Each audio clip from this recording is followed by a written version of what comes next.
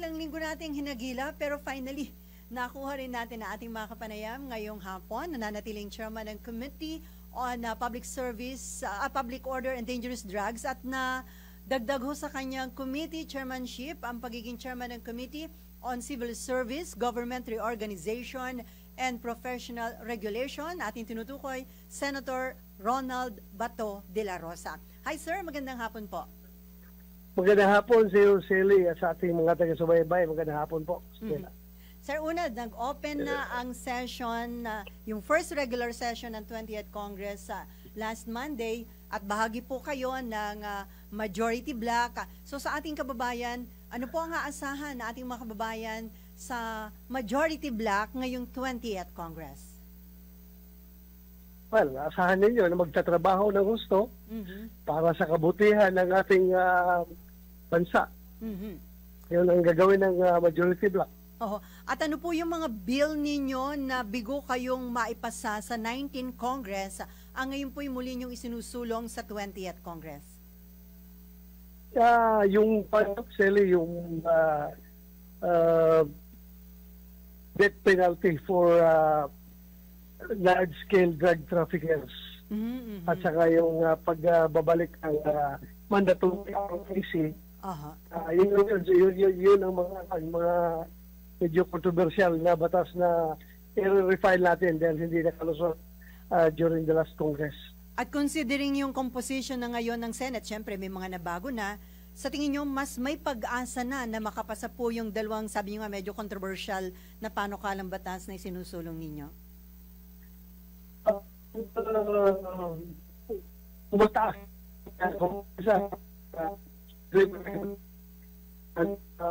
We are hoping it will continue na ating kasamahan.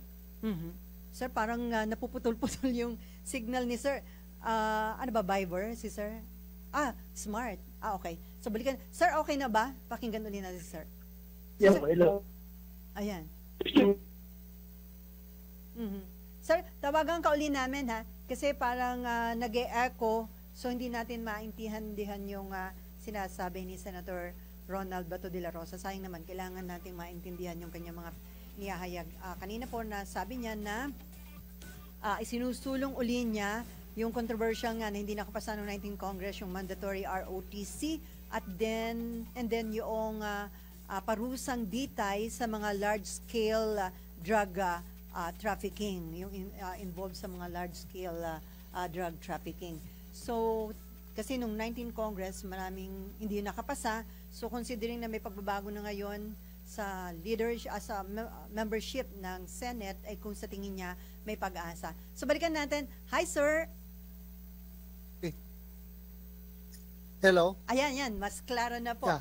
So, sir, you were saying na sa tingin nyo, under new composition ng Senate, mas baka may chance na ma-approve na yung dalawang sa tingin nyo ay controversial nyo na panukalang batas?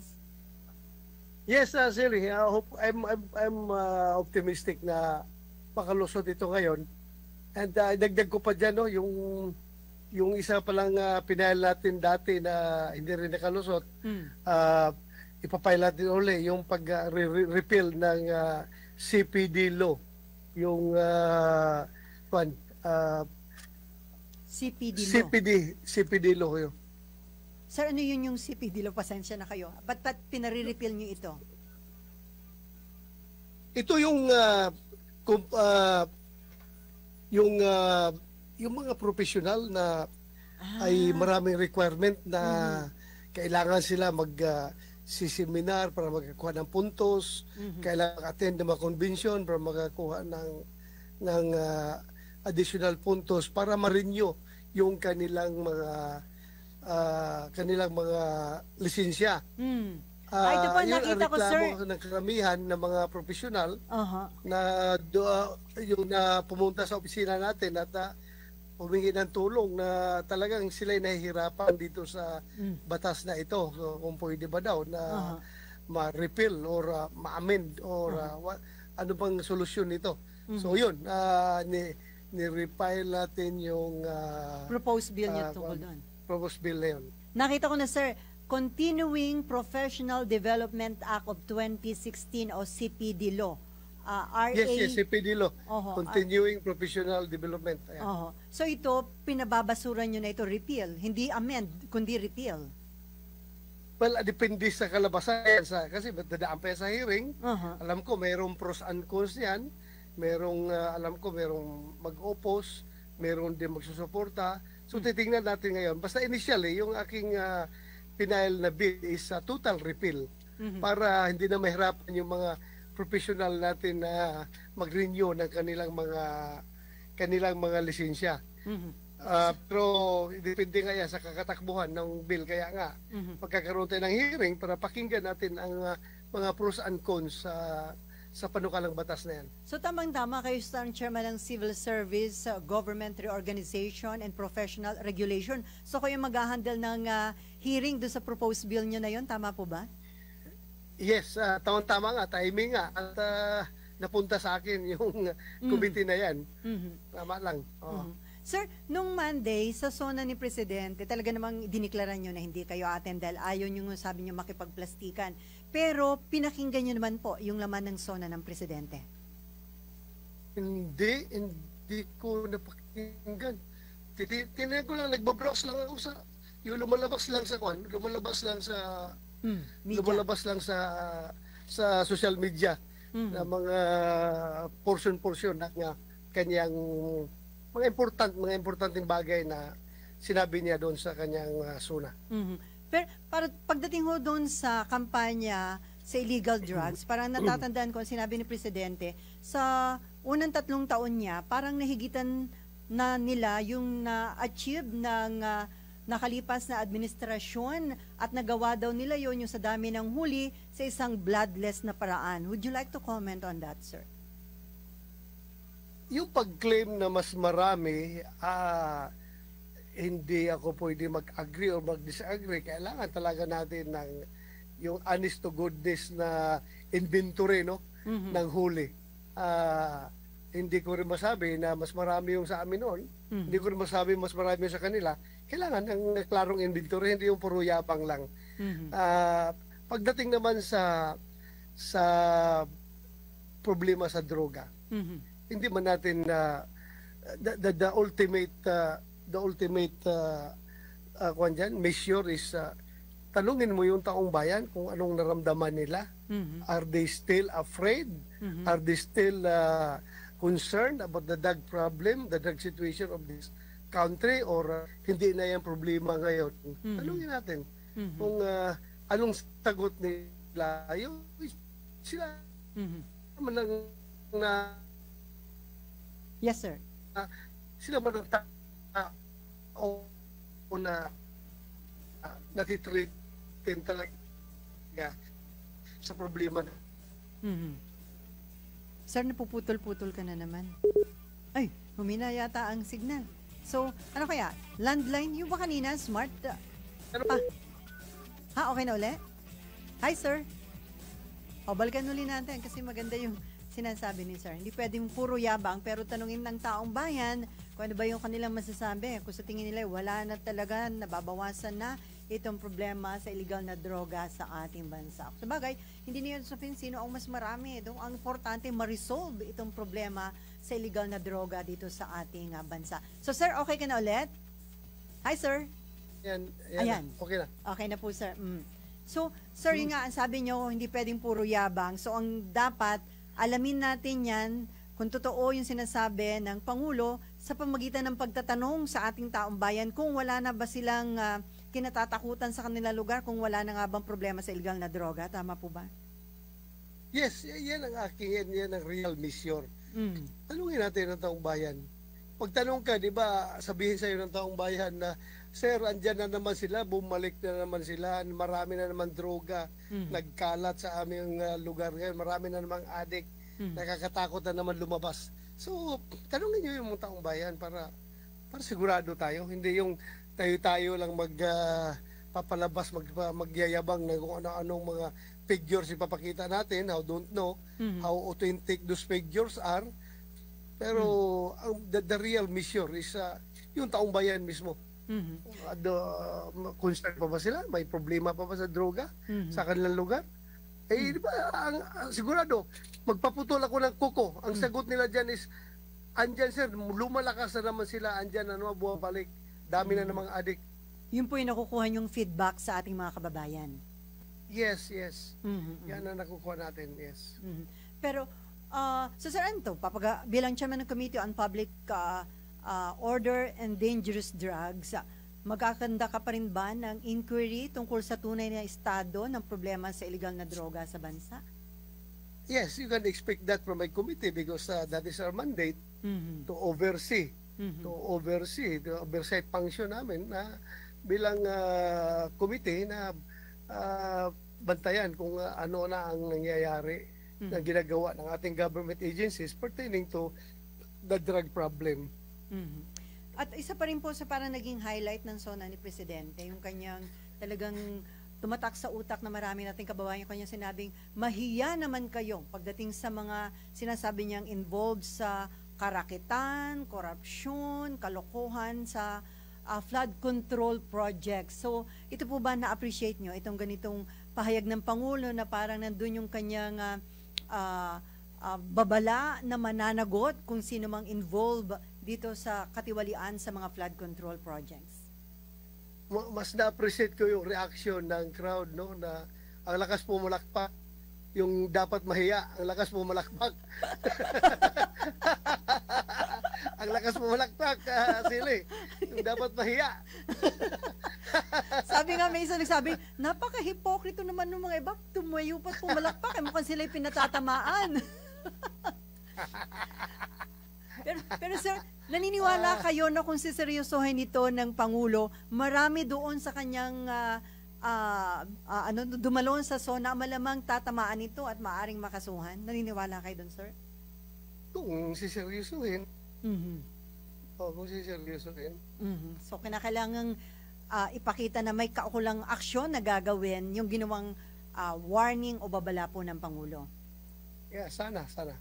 Dahil po dyan, si SP Cheese may pinile na proposed bill na pinagbabawalan ang mga politiko, mga kamag-anak, na maging kontratista o supplier sa mga government projects hanggang 4th degree of consanguinity. Kayo po ba'y pabor dito sa panukalang batas nito ni SP Cheese bilang tugon daw doon sa naging speech ni Pangulong Marcos?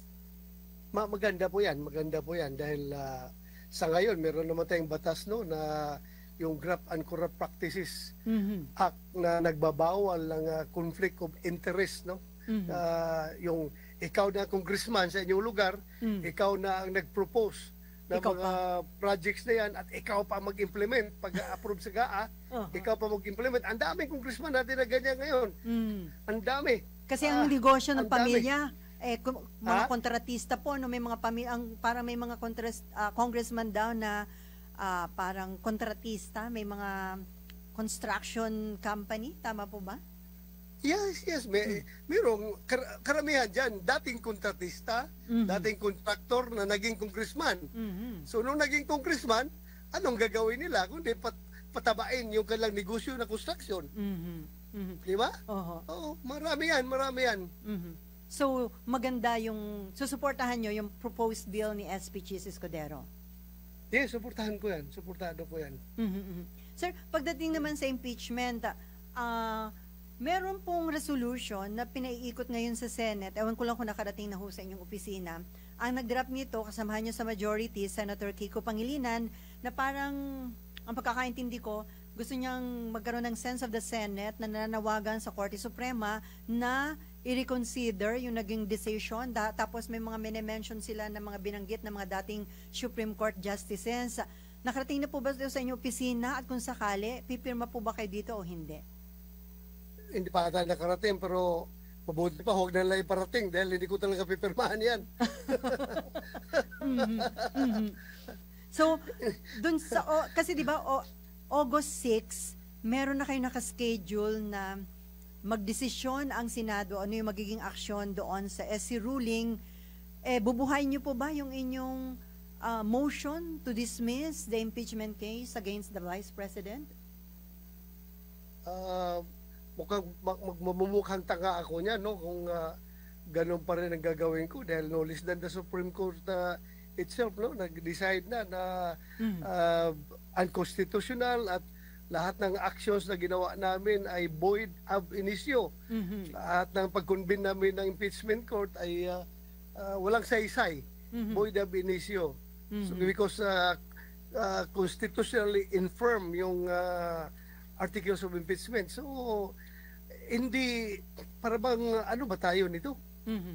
Nung una sinabihan tayo na ah, hindi daw dapat hindi daw mag-decide Mhm. ang ang impeachment court as to the constitutionality of the impeachment complaint. Mhm. Kaya kailangan daw hintayin daw ang Supreme Court kung ano Mhm. magiging desisyon. Mhm. Ngayon na lumabas na ang desisyon ng Supreme Court, i-question na naman natin. Hindi naman natin sundin. Mhm. Ano ba talagang itong mga tao na ito? So ibig sabihin, hindi yung constitutionality, legality, or yung accountability Mhm. ang habol ng mga tao na ito, kundi iba ng habol nito talaga. Gustong-gusto lang talaga nila ma-impeach si Inday Sara, Mhm. si Vice President. Yun ang talaga lang kagustuhan. Mhm. Whether or not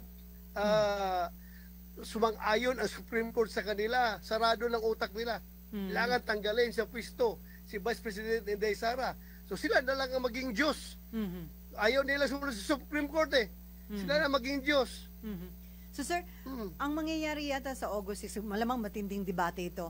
Ang magiging tanong na lang po ba kung susundin or hindi yung SC ruling, tama po ba? Doon kayo magbobotohan? Yun ang pagbobotohan Parang niya? ganon ang mangyayari. Ganon ang mangyayari. And kahit na wala nang debate, diretso buto na. Bakit? Diba? Confident kayo sir na makakakuha ng boto na majority yung pag-comply, yung pagsunod, tumalima sa SC ruling? Oy, sure pa sure pa sa liwanag ng umaga. Dahil ilan lang naman niya sa amin diyan ang insisting na ayaw sumunod sa hatol ng Supreme Court. Di ba? Ilan lang naman yan.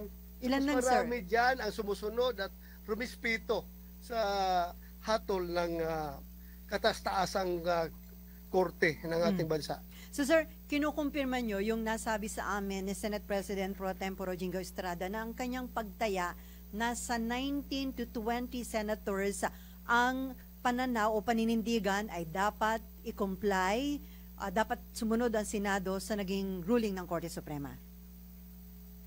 Correct. Ganon din ang bilang ako, niyo, sir? Ako 20 ang bilang ko, 20. Hindi 19, 20. Mhm. Merong, 20. may kasama doon na taga-minority, sir, di ba? Doon sa about 20 senators. Oo, meron.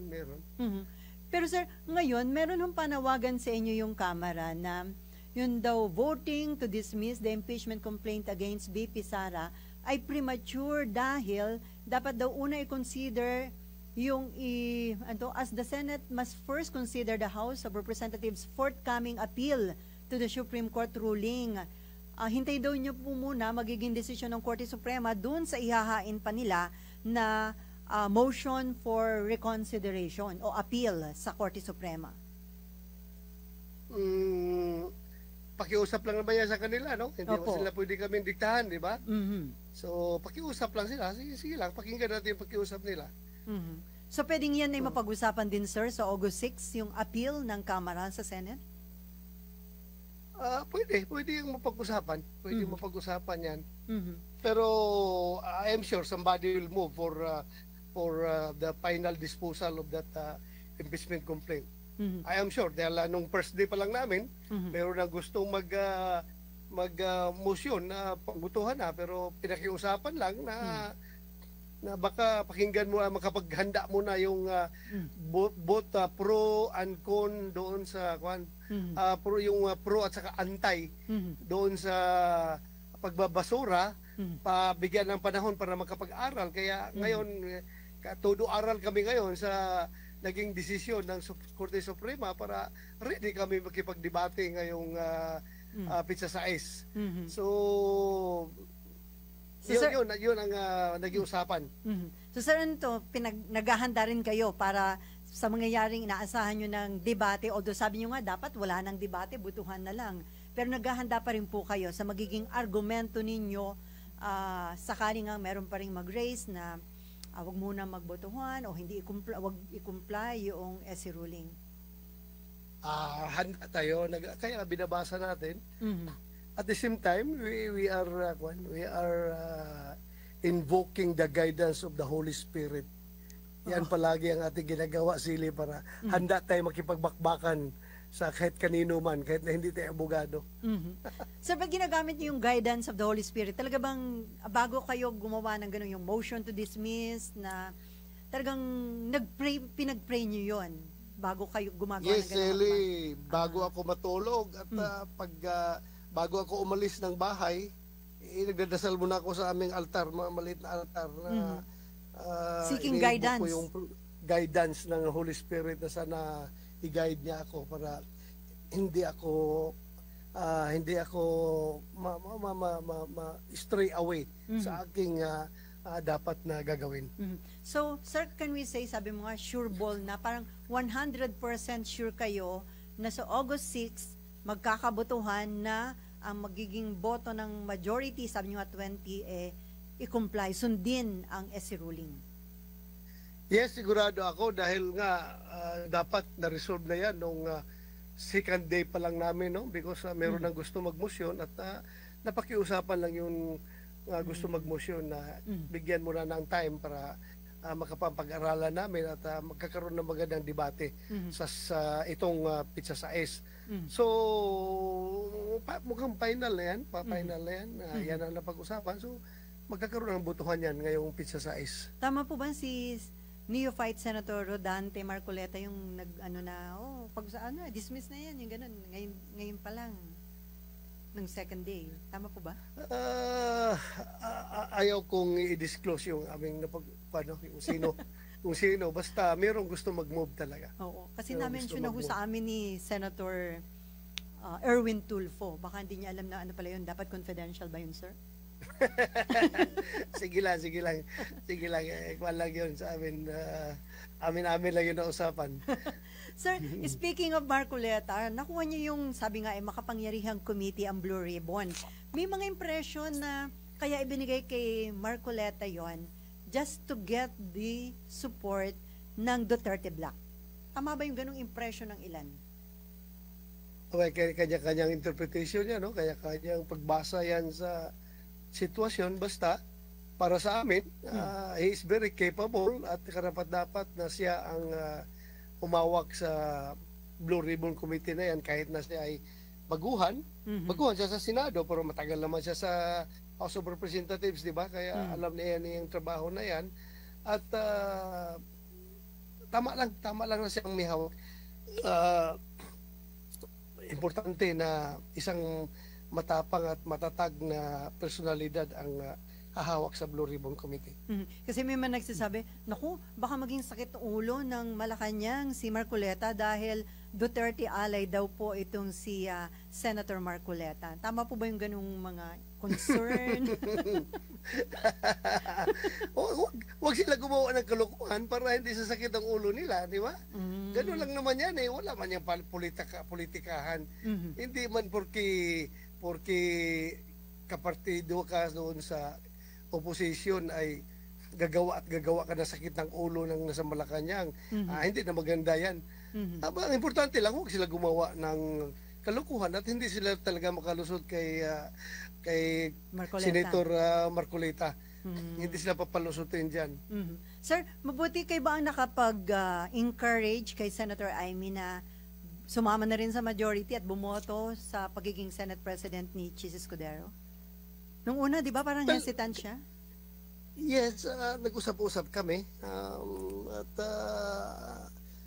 nakuan man din na nag-usap-usap kaya importante nag-uusap, hindi yung walang komunikasyon. So, yun, nakumbinsi namin na sumama na. So, ang Duterte Bloc ba, sir, nananatiling 7 o 5 na lang? Kasi nung nag-press con Senator Amy, nabanggit niya Duterte Bloc 5. So, tama ba? Duterte 5 kami, pero Duterte 7 na dahil ngayon dalawang bilyar. Kaya 7. 7, oo. Mm-mm. And then, sir, naalala ko noon, di ba, parang disappointed kayo noon nung sa BICAM ng budget. So, ano ba to? May naging statement kasi ang presidente sa SONA na kapag ginangle yung budget, ang daming binago na hindi naaayon sa priority program na administrasyon, handa niya itong i-veto. At may naging statement din po itong si communication, sinto?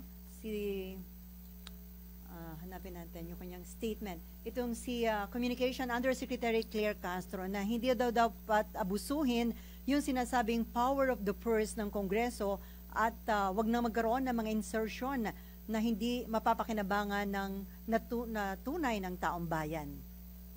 Maganda yan, Silly. Maganda yan, Silly. At bantayan mo, kapag ako'y nag-walk out sa BICAM, sigurado yan, nagreklamo ako. Pero pag hindi ako mag-walk out, ibig sabihin, okay na ako. Mukhang wala ko napapansin na kalukuhan na ginagawa dyan sa BICAM. Pero I am sure, magiging membro pa rin ako ng BICAM dahil sigurado ako na vice chairman pa rin ako sa Committee on Finance ng Senado.